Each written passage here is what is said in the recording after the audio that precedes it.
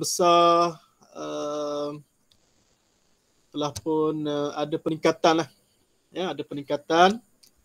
Cuma mungkin boleh ditambah baik ya, pada masa-masa akan datang lah.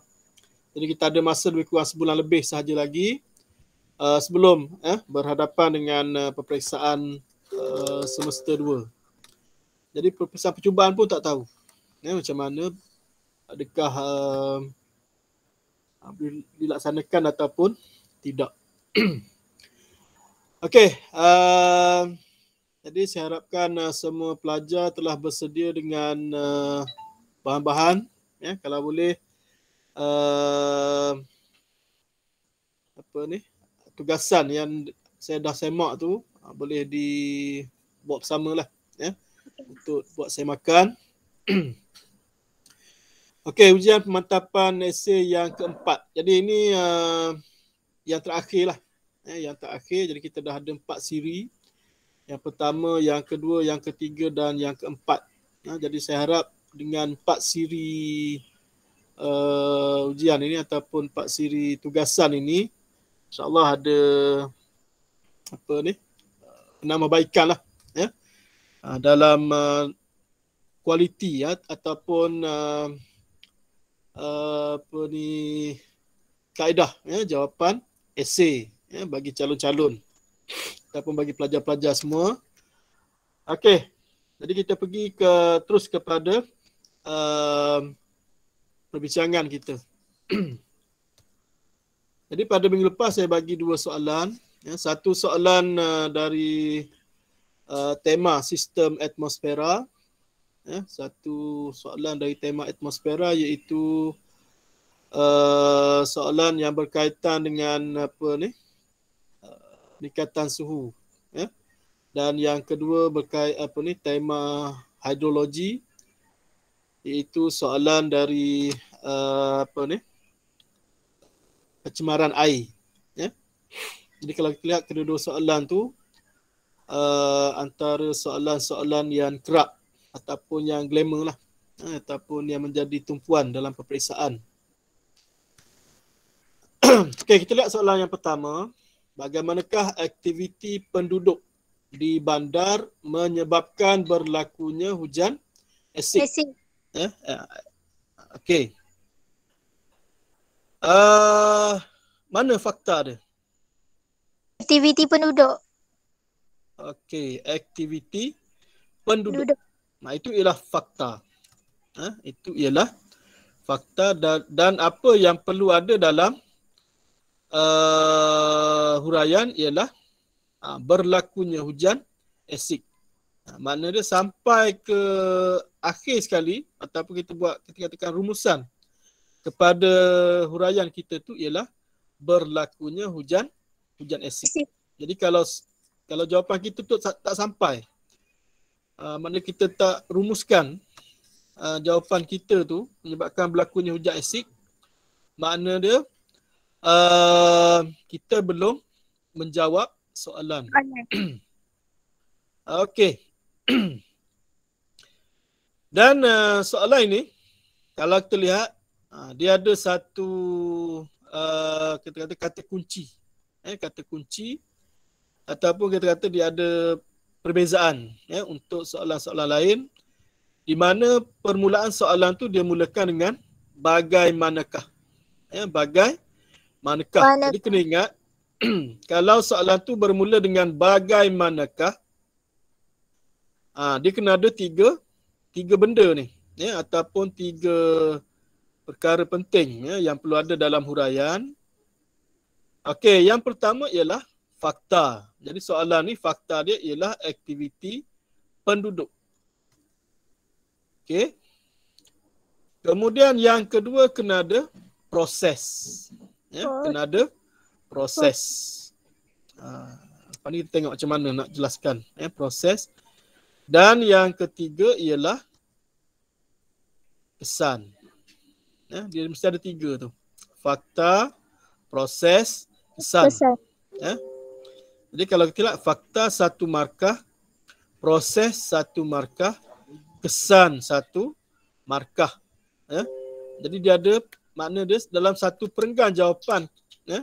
Dalam satu perenggan jawapan itu dia ada 3 markah ataupun diperuntukkan 3 markah. Jadi tidak perlu fakta yang banyak lah. Ya, sebab markah hanya 12. Jadi satu perenggan 3 markah. Jadi kita hanya perlu 4 aktiviti sahaja ataupun 4 fakta sahaja untuk mendapat markah penuh. Ya. Okey. Jelas ya? Jadi kalau nampak soalan tu bermula dengan bagaimanakah, kena ada 3. Ya? Maknanya mesti ada 3 ya, dalam huraian kita tu. Baiklah. Okey. Aktiviti penduduk. Oleh kerana soalan ni aktiviti penduduk di bandar, ya, aktiviti penduduk di bandar.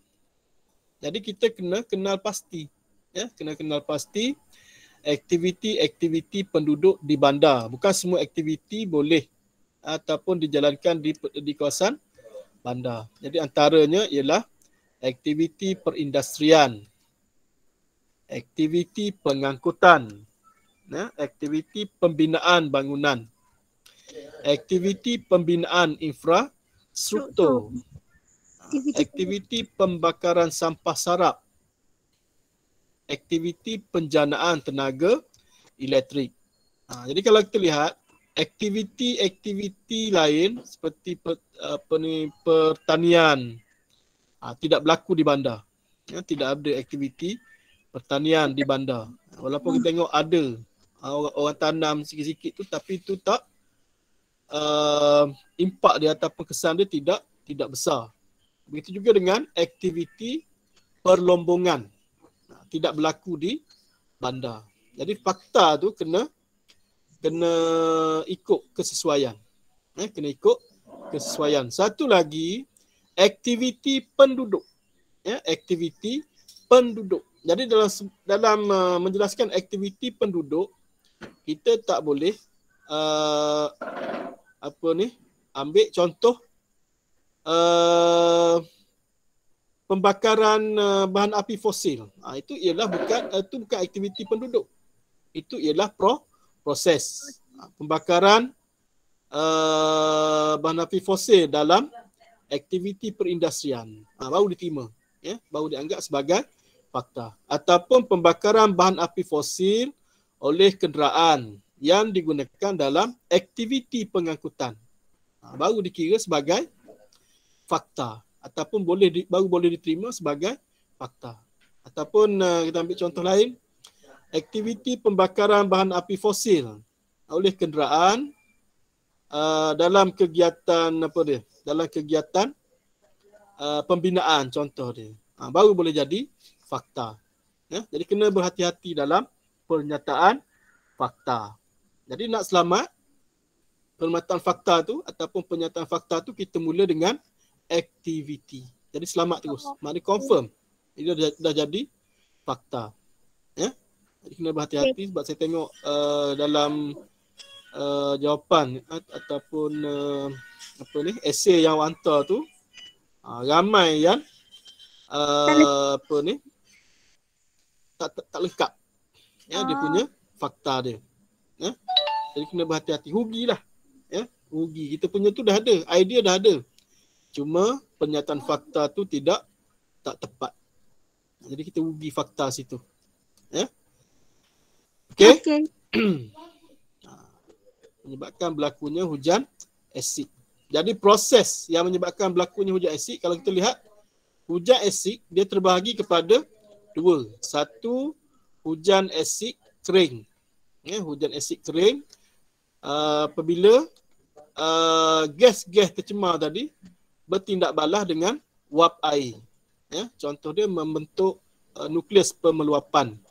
Ya, jadi dia akan bentuk awan berasid. Ini ialah kita kata hujan asid kering. Makna dia bukan dia tak bercantum terus dengan air hujan. Dia jadi dia bertindak balas dengan wap air dulu. Bertindak balas dengan wap air, kemudian bercantum dengan wap air, kemudian barulah membentuk hujan asid, membentuk awan dan sebagainya. Satu lagi, dia suruh bergabung dengan air hujan.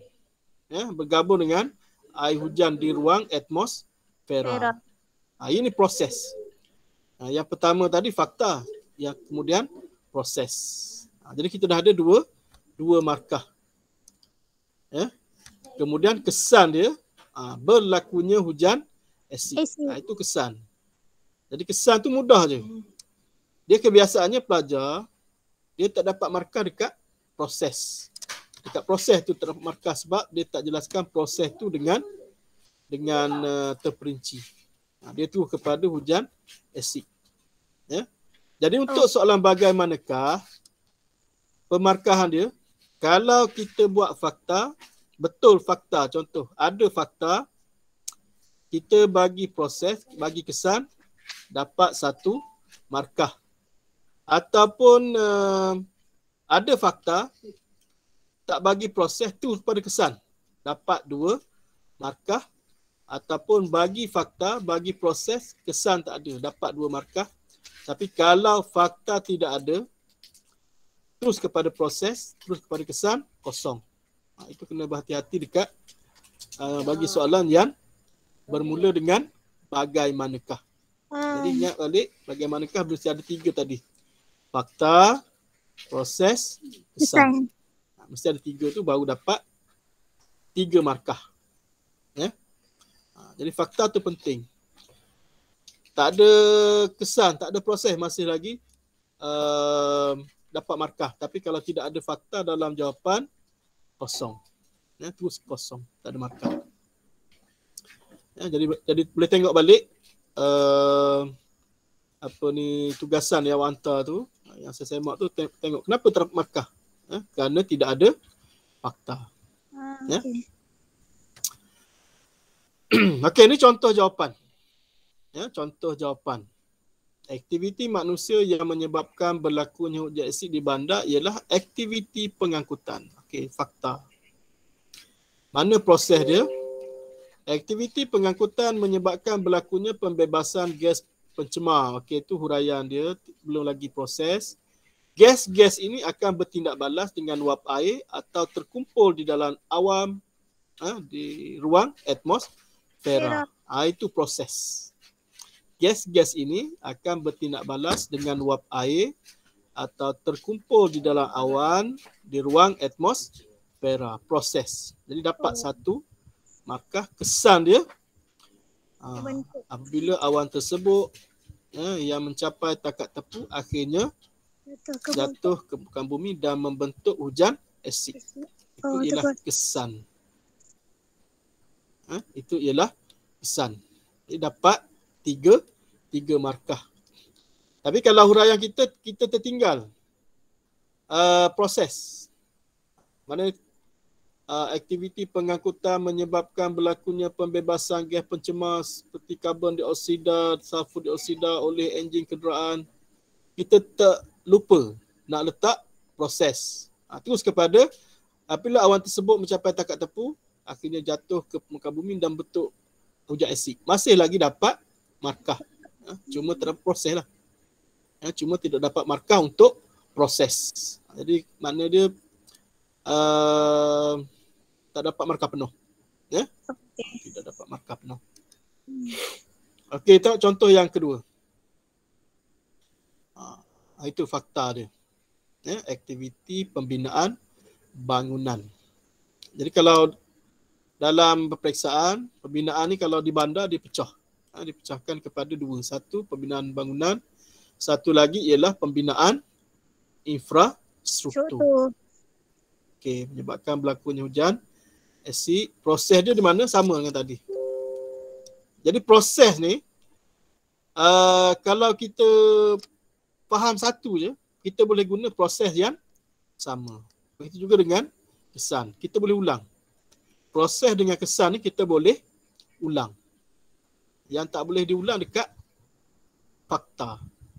Fakta tu kena berbeza lah. Okey. Ada nak tanya? Soalan bagaimana? Sebab bagaimana ni kerap juga ditanya dalam peperiksaan. Dan majoriti pelajar ataupun majoriti calon huraian dia ringkas lah. Apabila huraian ringkas, maknanya terus dia tertinggal salah satu, sama ada tertinggal proses ataupun tertinggal kesan. Jadi rugilah. Rugi. Kalau soalan seperti ini, kita tak perlu fakta yang banyak, cuma dalam huraian tu kena pastikan ada dua tadi.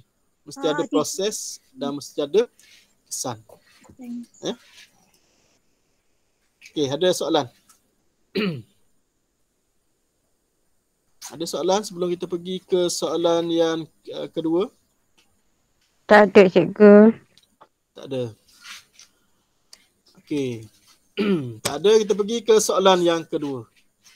Bincangkan kesan hujan asid terhadap persekitaran manusia di kawasan tersebut. Jadi fakta dia mana?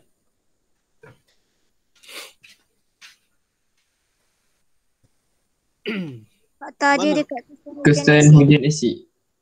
Kesan hujan Asid. asid. Itu ialah fakta dia. Kesan hujan asid terhadap persekitaran manusia. Persekitaran manusia tadilah sama ada nyawa dia, kesihatan, harta benda, aktiviti ekonomi, ataupun terhadap kemudahan, infrastruktur ataupun aktiviti sosial dia, ataupun kehidupan seharian dia. Okey, kesan hujan asid. Kesan hujan asid apa dia? Sekejap. Ni tahu. Kesan hujan asid ni menyebabkan asma. Itu terus kepada persekitaran manusia dah tu. Okey. Jadi kita kena cari kenapa asma tu berpunca daripada apa?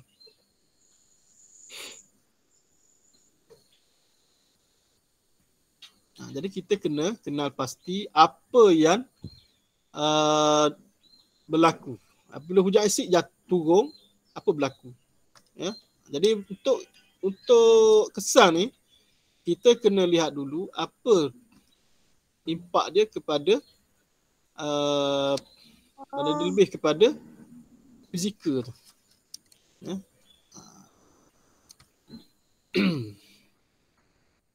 Ini dia punya fakta dia. Pemendapan asid, meningkatkan dulu hawa, menjejaskan kesuburan tanah, mempercepatkan pengaratan ataupun pereputan, menjejaskan ekosistem akuatik, kemusnahan tumbuhan, pencemaran air.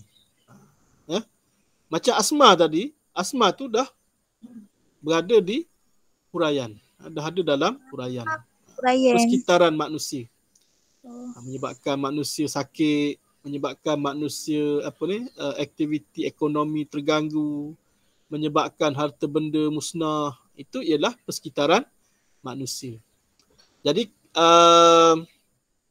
majoriti ataupun kebanyakan kita akan terus kepada persekitaran manusia. Kita lupa apakah kesan hujan asid. Jadi kesan hujan asid itu lebih kepada makna dia, bila hujan asid turun, bagaimana dia memberi kesan.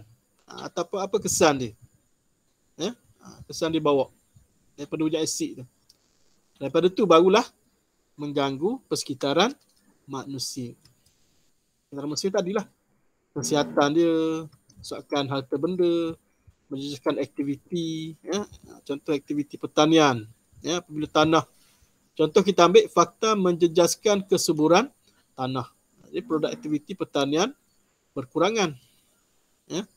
Kenderaan cepat berkarat. Aktiviti akuakultur terjejas. Yang ni kita boleh ambil berkait dengan pencemaran air. Pencemaran air menyebabkan akuakultur terjejas kerana air tadi tidak sesuai lagi dengan hidupan. Tak boleh dah, ikan tak boleh hidup dalam tadi, jadi aktiviti akuakultur tu terjejas. Ataupun boleh juga kita kaitkan dengan fakta yang kelima tu, menjejaskan ekosistem akuatik. Jadi kalau kita lihat, itu fakta dia. Itu fakta dia. Okey. Pemendapan asid. Cikgu. Ya. Linda dengan Aisyah nak masuk tapi tak lepas. Ya ke? Ya. Kejap. Okey. Okey. Tak lepas. Tak ada ni. Tu, dapat. Siapa tu? Tak lah cikgu.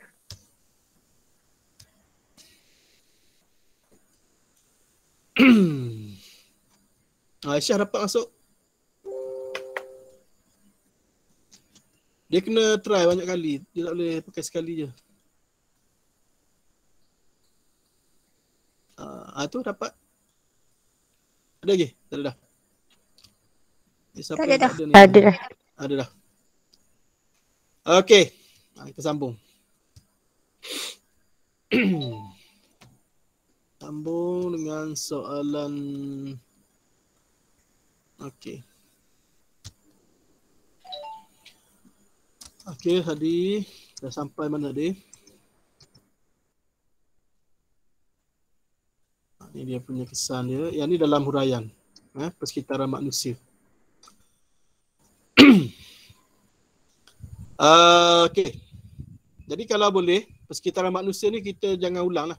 Tapi kalau tak cukup juga, boleh ulang. Ya.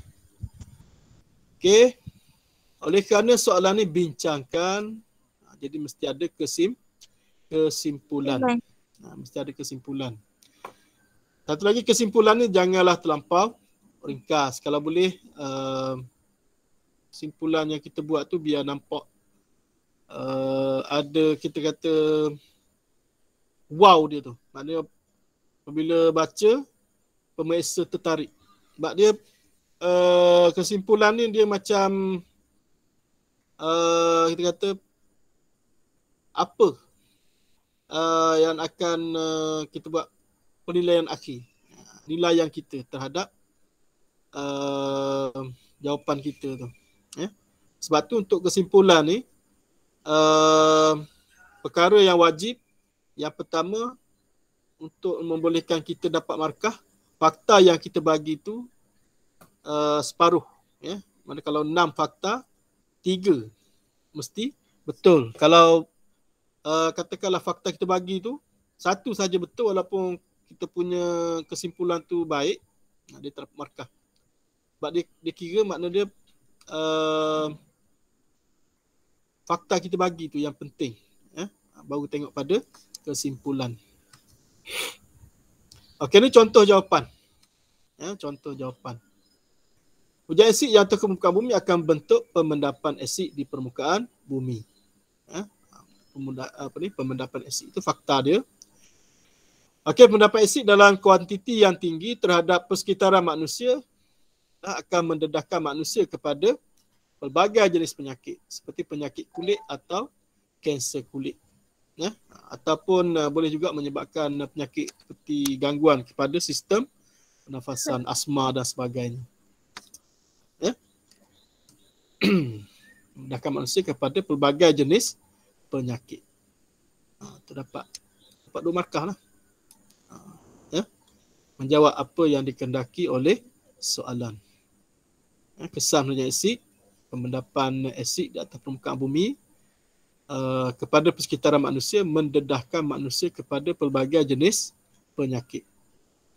Ataupun contoh yang kedua, menyebabkan berlakunya peningkatan proses pereputan batuan atau lulu hawa.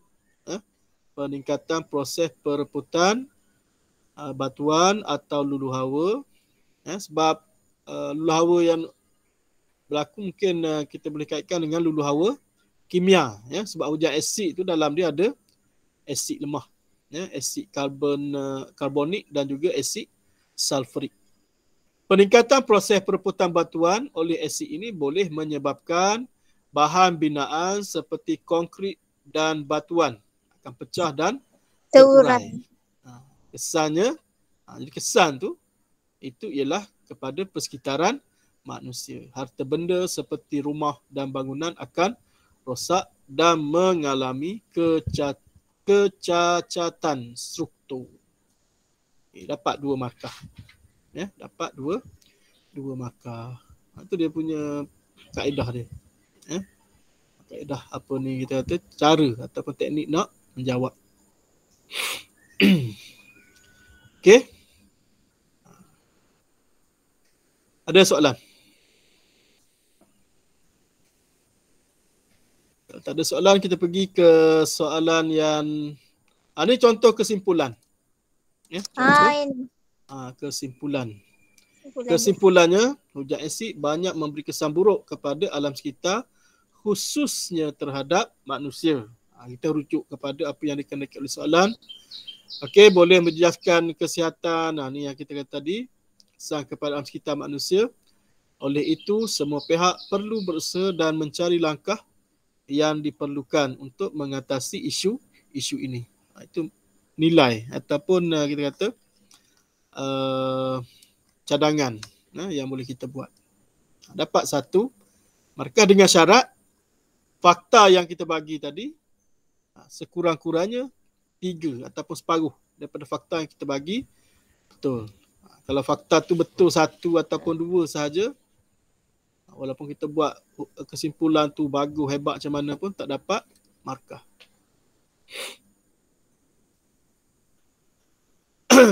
Okey, soalan 2. Terangkan punca utama yang menyebabkan sungai di Malaysia sering mengalami pencemaran yang serius. Ya, yang serius. Punca utama. Punca. Jadi punca ni boleh terdiri daripada aktiviti ataupun kita ambil daripada apa yang kata sebab dia. Ya. Punca. Jadi fakta dia ialah punca yang menyebabkan sungai di Malaysia sering mengalami pencemaran yang serius. Ini yang perlu ada dalam huraian. Okey, punca. Pembuangan sisa industri, pembuangan sisa ternakan, pembuangan penggunaan baja kimia dan racun perosak, pembuangan sampah sarap, pembuangan bahan anak cemar, sisa minyak masak ataupun pelincir, pembuangan sisa kumbahan, aktiviti penyahutanan ataupun pembersihan hutan, aktiviti kerja tanah, mengorek pasir. Ya. Okey. Ini aktiviti ataupun punca yang menyebabkan sungai di Malaysia sering mengalami pencemaran yang serius. Punca. Jadi kalau kita ganti dengan aktiviti pun, kalau kita ganti dengan aktiviti, contoh aktiviti perindustrian, perkembangan sektor peternakan pun boleh diterima, tapi kena pastikan dalam aktiviti itu mesti ada punca ataupun mesti ada kita kata sebab yang menyebabkan dia boleh menyebabkan berlakunya pencemaran sungai. Contoh pembuangan sisa industri ataupun kita kata aktiviti perindustrian akan menyebabkan pembuangan sisa toksik ataupun sisa industri diterima. Ya. Jadi kalau kita buat jawapan tu dalam bentuk aktiviti ataupun seperti yang fakta saya bagi ni, kedua-dua kaedah diterima. Ya, kedua kaedah diterima. Tapi kena pastikan aktiviti tu ada contoh kalau kita perindustrian, pembuangan sisa toksik, pertanian, penggunaan baja kimia dan racun perosak. Maknanya mesti ada kita kata bahan yang menyebabkan berlakunya pencemaran itu. Ya. Itu jadi fakta. Okey. Apa sebut pencemaran yang serius, dia mesti ada petunjuk. Mesti ada petunjuk. Contoh petunjuk fizikal, kelodak, lumpur. Kalau dari segi biologi, E. coli, peningkatan BOD. Kalau dari segi kimia, pembuangan bahan-bahan seperti amonia, raksa, peningkatan ataupun penurunan pH air dan sebagainya. Jadi dalam huraian mesti ada salah satu daripada petunjuk-petunjuk tu. Sama ada contoh kita ambil menyebabkan peningkatan kelodak ataupun lumpur ataupun boleh juga perubahan bau dari segi fizikal. Perubahan bau, perubahan warna, air menyebabkan air berubah menjadi keruh. Boleh terima sebagai huraian.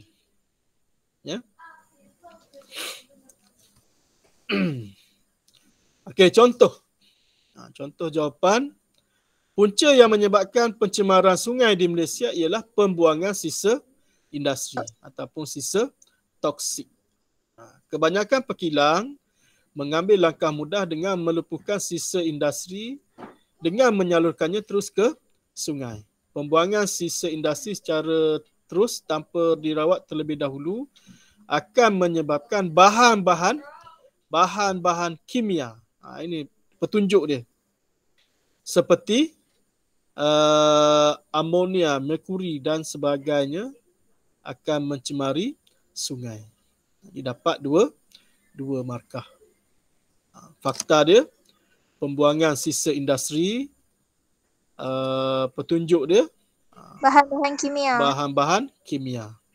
bahan-bahan kimia. Itu satu contoh. Contoh yang kedua, pembuangan sisa kumbahan. Itu fakta dia.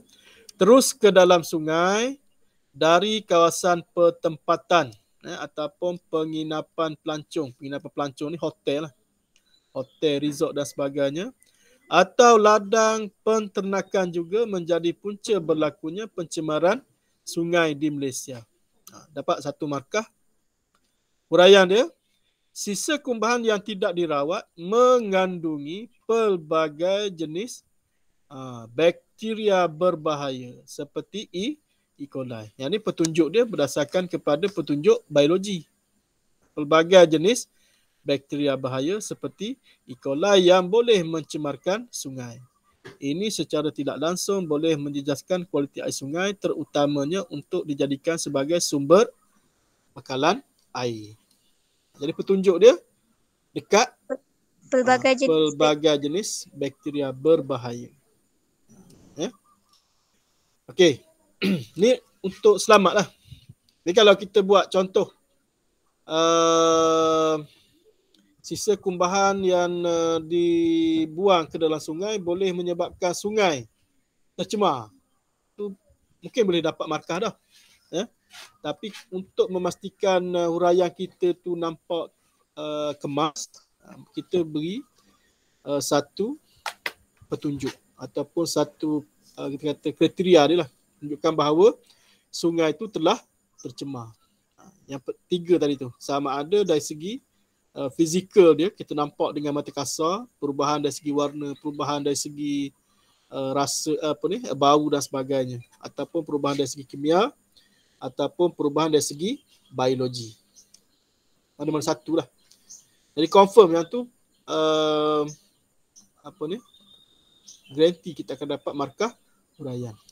Ini untuk jawapan yang baik lah. Okey.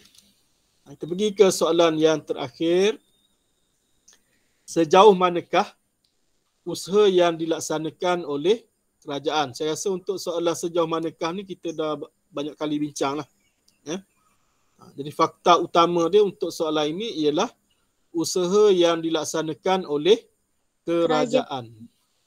Jadi usaha yang dilaksanakan oleh kerajaan tu kita boleh pecahkan dia kepada beberapa isi. Okey, bagi mengatasi pencemaran sungai di Malaysia. Mengatasi masalah pencemaran sungai di Malaysia itu huraian dia. Okey, usaha yang dilakukan oleh kerajaan.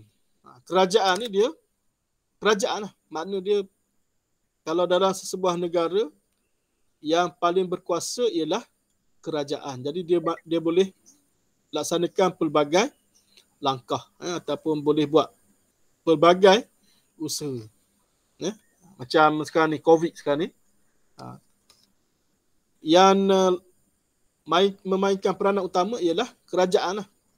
Kerajaan laksanakan penguatkuasaan undang-undang, ya, Akta Kawalan Penyakit Berjangkit. Kemudian kerajaan juga buat pemantauan, buat sekatan jalan raya, buat saman, beri kompaun dan sebagainya. Itu semua tugas kerajaan. Ya. Jadi kerajaan ni kita boleh pecahkan kepada beberapa fakta.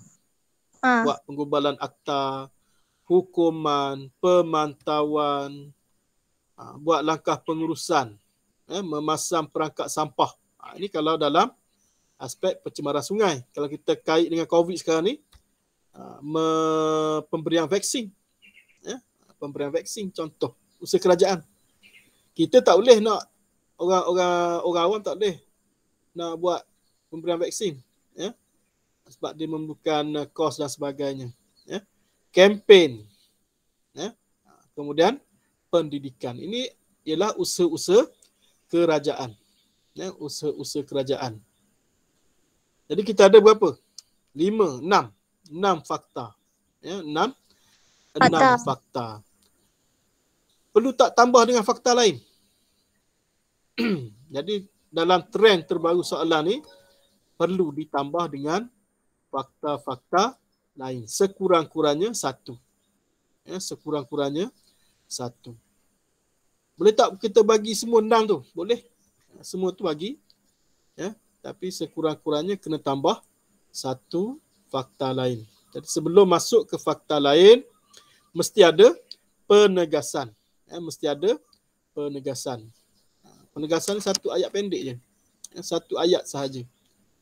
Ya, contoh untuk soalan ini, selain daripada usaha yang dilaksanakan oleh kerajaan, masalah pencemaran sungai juga memerlukan kerjasama daripada pihak swasta, NGO dan masyarakat.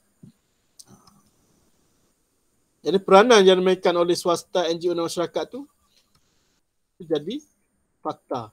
Peranan swasta pun dia, walaupun swasta boleh buat bermacam-macam usaha, tapi kita gabungkan dalam 1 fakta saja, peranan swasta. Apa swasta buat? Ya?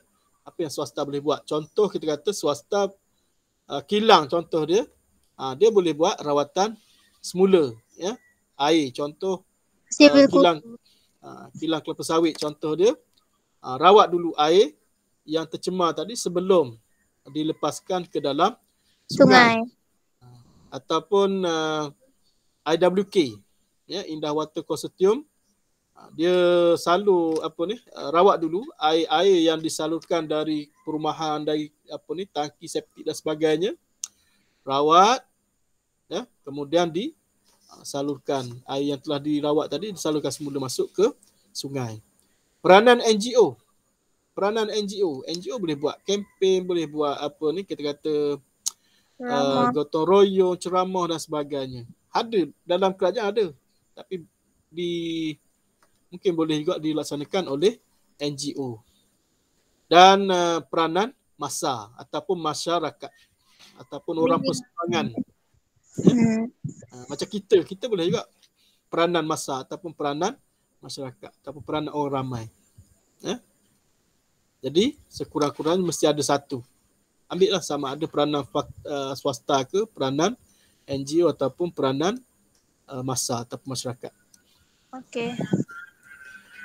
Dengan tujuan apa dia? Meningkatkan kualiti air sungai. Jadi huraian dia. Okey, contoh jawapan. Antara usaha yang dilaksanakan oleh kerajaan bagi mengatasi pencemaran ialah melalui pemantauan oleh agensi penguat kuasa. Itu fakta. Ya. Agensi mesti ada. Jadi mesti ada agensi. Kalau pemantauan mesti ada agensi. Contoh untuk alam sekitar ni kita ada 1 jabatan, iaitu Jabatan Alam Sekitar.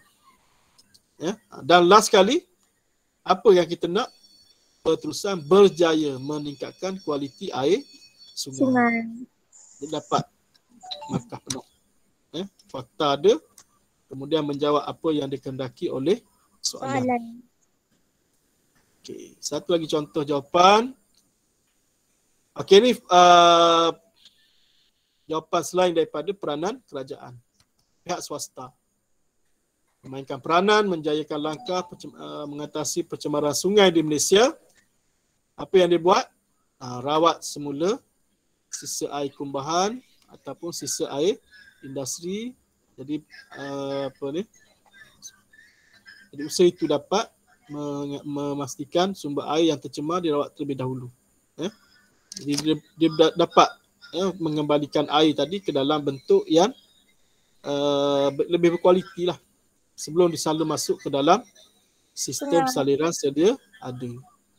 Okey, contohnya Indahwata Konsortium merupakan syarikat yang dipertanggungjawabkan untuk merawat sisa air kumbahan dari rumah kediaman. Jadi dapat markah. Fakta lain selain daripada peranan kerajaan. Jadi untuk soalan ni, kalau kita nak selamat, cukupkan dekat kerajaan dan pastikan ada satu fakta lain selain daripada peranan yang dimainkan oleh kerajaan. Okey, kita dah selesai perbincangan. Okey, 2 soalan. Jadi insya-Allah